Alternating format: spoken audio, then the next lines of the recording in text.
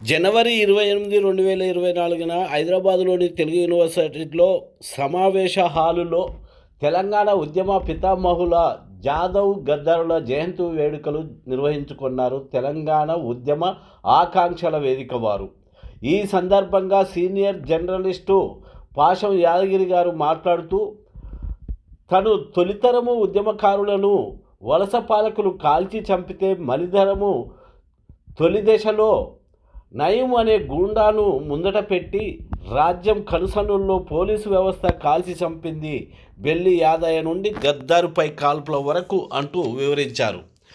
మోసపు రాజకీయపు మాటలకు 1200 మంది ఉద్యమ బిడ్డలను బలి తీసుకుంది ఈ రాజకీయ నాయకులు అంటూ వివరించారు. ధూమ్ధామ్ ద్వారా ప్రజలను కదిలిస్తే ఆ పాటను గేట్ కీపర్ను చేసింది గత ప్రభుత్వం.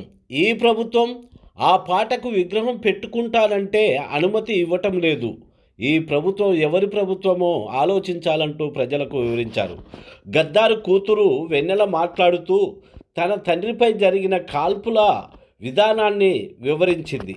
బెల్లి లలిత కుమారుడు మాట్లాడుతూ ఆమె ఆశయాలను ఆచరణలో భాగంగా విద్యావంతుడిగా ప్రజాసేవలో ఉన్నాను అని మాట్లాడారు. వీరి జయంతులకు కవులు, కళాకారులు, రచయితలు, మేధావులు హాజరు కాగా డయాస్ పైన సుద్దాల అశోక్ తేజ, విమలక్క, గాదె ఇన్నయ్య లాంటి వాళ్ళు ఎంతోమంది పాల్గొని వారికి జోహార్లు అర్పించారు.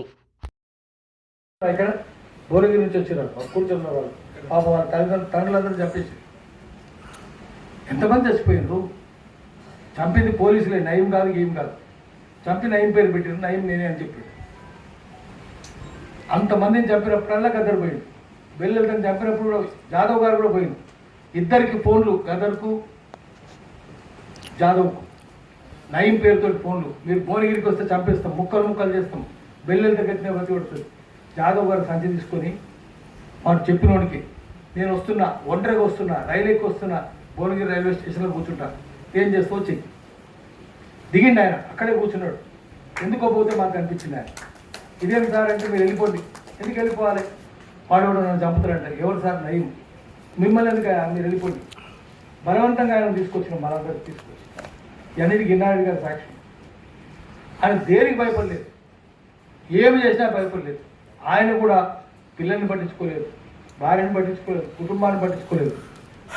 గద్దరు, జాదవ్ ఇద్దరి మధ్య ఒక లక్షణం ఉంది. ఏంటంటే అది బుద్ధి లక్షణం. అందరికీ పుట్టిన ప్రతి ఒక్కరికి 2 చైతన్యాలు ఉంటాయి. ప్రాథమిక చైతన్యం, ద్వితీయ చైతన్యం. Primary consciousness, secondary consciousness.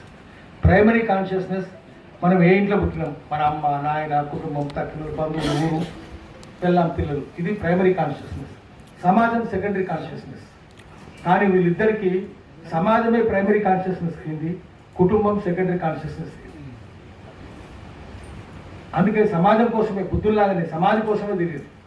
ఎటువంటి పాటలు రాసిండు గద్దరు, ఆయన ఎటువంటి ఉపన్యాసాలు, గద్దరు ఎటువంటి పాటలు లేకపోతే తెలంగాణ ఎట్లు. నేను 2 ముక్కలు చెప్పేస్తా. ఈరోజు జరుగుతున్నది ఏంటి తెలంగాణలో, ఏం జరుగుతున్నది? గద్దరు బొమ్మ పెడితే పాపం దళితులందరూ కలిసి తెల్లాపూర్లో పెద్ద విగ్రహం 10 లక్షలు పెట్టి ఒక పెద్ద విగ్రహం చేయించారు. 9 అడుగులు ఎత్తు విగ్రహం, కంచి విగ్రహం. ఇంకో 10 లక్షలు తయారు చేసి ఇంకో వేరే కూడా పెట్టుకున్నారు. దళితుల భూమి అది ఒరిజినల్గా. ఆ భూమి అంతా ప్రభుత్వం లాక్కున్న తర్వాత విగ్రహం పెడితే, ఇప్పుడు పెడుతుంది విగ్రహం. ఆ చుట్టుపక్కల భూములన్నీ పెద్ద ల్యాండ్ మాఫియాకి ఇచ్చారు. రామేశ్వరరావు లాంటి వాళ్ళకి ఇచ్చారు. ప్రభుత్వ భూములే, పేదల భూములే. ఇప్పుడు అక్కడ విగ్రహం పెట్టిన వాళ్ళు 31 తారీఖు నాడు దాన్ని ఆవిష్కరించాలి. కానీ హెచ్ఎండి అడ్డుపడుతున్నది. మున్సిపాలిటీ తీర్మానం, ఏకగ్రీవ తీర్మానం చేసింది విగ్రహం పెట్టాలని. తెల్లాపూర్ మున్సిపాలిటీ మొత్తం సభ్యులందరూ చేసినందుకు ఒక భరత్ కుమార్ అని, కొల్లూరు భరత్ కుమార్ కార్పొరేటర్, కౌన్సిలరు, ఆయన మీద అక్కడ విగ్రహం పెట్టాలంటే అడ్డుపడితే ఆయన ఎందుకు పెట్టారు వాదించినందుకు మేము తీర్మానం చేసినాం. మీరు ఎట్లా అడ్డుపడతారంటే ఆయన మీద 4 కేసులు. హెచ్ఎండి వాళ్ళకి అడ్డుపడ్డాడు, హెచ్ఎండి వాళ్ళని బెదిరించింది, వాదించింది. ఆయన ఆమరణ నిరాహార దీక్ష నిన్నటి నుంచి నేను విన్నారంటే రోజు పోయాడు కూర్చుంటున్నాం. గద్దర్ విగ్రహం పెట్టినారు మీరు వెన్నెల కూడా రోజు వస్తుంది పాపం, అక్కడ ఇక్కడ తిరుగుతూ ఉన్నది. సెక్రటరీ తిరిగినాం, మంత్రులను కలిసినాం, దానకిషోర్ కలిసినాం, అందరు కలిసి చివరికి ఒప్పించినాం. భయపడిపోయింది, ఎందుకంటే 100 మంది వచ్చి అక్కడ కూర్చుంటున్నారు, ధర్నా చేస్తున్నారు, పత్రికల్లో వస్తుంది, మీడియా అంతా వస్తుంది, ప్రభుత్వం పరుగు పోయేటట్టుంది. అయినా వాళ్ళకి ఎందుకు పడుతుంది? వాళ్ళు రామేశ్వరరావు లాంటి భూ కబ్జాదారులను ప్రసన్నం చేసుకోవాలి కదా, వాళ్ళకి అమ్ముడు పోయినవాళ్ళు కదా వీళ్ళంతా. మేమే ఆయన కూర్చోవాలి. 369 మందిని చంపిన Brahmananda Reddy. I want dead bodies, dead bodies, dead bodies అని కుక్కలే కలిసిన వాడు. అటువంటి వానికి అంత పెద్ద నిజాం కట్టింది పార్క్. ఆ పార్కు కాసు బ్రహ్మానంద రెడ్డి పేరు పెడతారా? అక్కడ కాసు బ్రహ్మానంద రెడ్డి విగ్రహం పెడతారా? సిగ్గుందా మీకు? గద్దర్ బొమ్మ పెడితే అడ్డుపడతారా? ఏం ప్రభుత్వం అప్పటికిప్పటికి ఏమైనా మారిందా? వాళ్ళే కదా అంతా, సామాజిక వర్గం అంతా వాళ్ళే, కాంట్రాక్టర్లు వాళ్ళే, ఆర్థిక వర్గాలు వాళ్ళే. మార్పు ఎట్లొచ్చింది? వేదిక మీద ఉన్న పెద్దలకు, వేదిక కింద ఉన్న పెద్దలకు అందరికీ మీ చెల్లె, మీ బిడ్డ, గదర్న బిడ్డగా వందనాలు, పాదాభివందనాలు. ఈరోజు నేను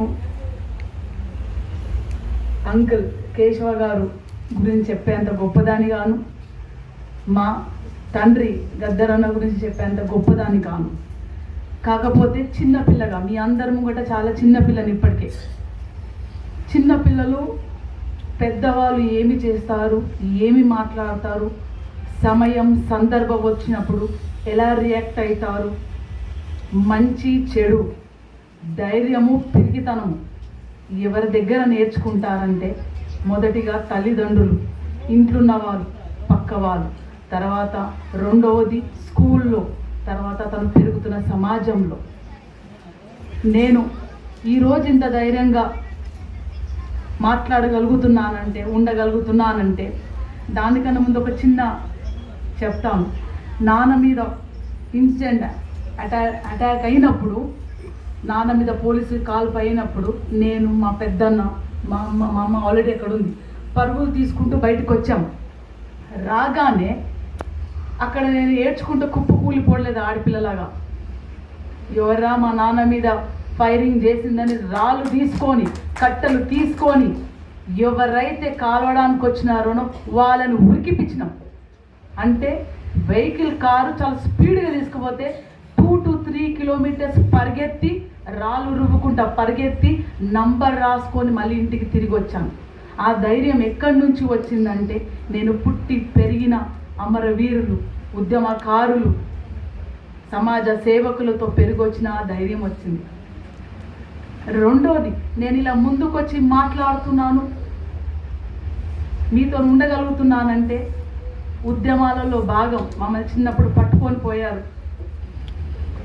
తర్వాత పాశం యాదగిరి అన్న గారు, అలాగే మన జావేద్ అన్న గారితో నాకు తెలిసిన చాలా 2-3 సార్లు వచ్చినప్పుడు క్యాబేటీ ఎట్లా బాగున్నావా, దగ్గర అని అంత గొప్ప వ్యక్తి ఒక చిన్న పిల్లని దగ్గర తీసుకొని తన కూర్చోబెట్టుకోవడంలో ఉంది తన గొప్ప వ్యక్తిత్వం. అంటే అంత గొప్ప వ్యక్తులు, అంటే డయాస్ మీద చూసే వ్యక్తులు ఎంత గొప్పగా ఉన్నారు. వాళ్ళు చాలా డౌన్ టు అర్త్ ఉంటారు. సో నాకు అంకుల్ గారితో చాలా మంచిగా అనిపించింది అనమాట. ఎందుకంటే నా ప్రొఫెసర్ తెలుసా, ఇంగ్లీష్ ప్రొఫెసర్ తెలుసా, చాలా గ్రేట్ పర్సనాలిటీ, గ్రేట్ లీడర్. అంటే గ్రేట్ లీడర్ ఒక చిన్న పిల్లని దగ్గర తీసుకుంటే ఒక ఆత్మస్థైర్యం అనేది నేను తన దగ్గర నేర్చుకున్నాను.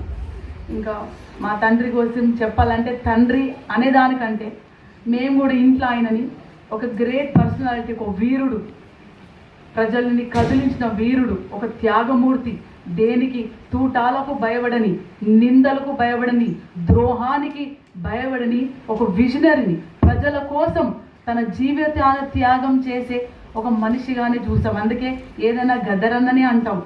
ఈ రాటికి కూడా ఆయన గద్దరన్నగే సంబోధిస్తాం. పోయిన ఏడాది ఆయన బర్త్డే రోజుకి మేము ఏ బర్త్డే సెలబ్రేట్ చేసుకోము, కాకపోతే గుర్తుగా వెళ్ళి ఆయనకు పలకరించి పోయిన ఏడాది ఈ టైం 7:38కి ఉన్నాము, ఈ సంవత్సరం లేడు అని నేను అనుకోవట్లేదు. ఎందుకంటే వీరులు మరణించరు, వీరులు వాళ్ళ సిద్ధాంతాన్ని, వాళ్ళ ఆశయాలని ముందు తరాలకు అప్పచెప్పిపోతారు.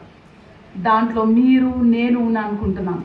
అందుకే చివరిగా ఆయనకు నివాళిగా ముందు తరాలు వాళ్ళ తరఫున, కళాకారుల తరఫున, ముందు వచ్చే ఉద్యమాలకారుల తరఫున, స్త్రీల తరఫున, చెల్లెల తరఫున, అందరి తరఫున ఆయనకు నివాళిగా ఒక చిన్న పాట పాడుతున్నాను. సాధించండి కానీ మేము ఆస్తులు మాత్రం వేయలేము బిడ్డ, మేము మా ఆశయాలే మీ ఆస్తులు అని ఒక మాట అన్నారు గద్దరు అన్న రోజు. సో ఆ తర్వాత అమ్మ చెప్పినట్టు అనిపించింది ఆ మాటలు. సో మా శాయశక్తులు ఆ ఆశయాలను కొనసాగిస్తామని కోరుకుంటున్నా. సో కష్టపడుకుంటూ చదువు మాత్రం వదిలేకుండా ఎంటెక్ కంప్లీట్ చేసి ప్రజెంట్ నేను అసిస్టెంట్ ప్రొఫెసర్గా చేస్తున్నాను.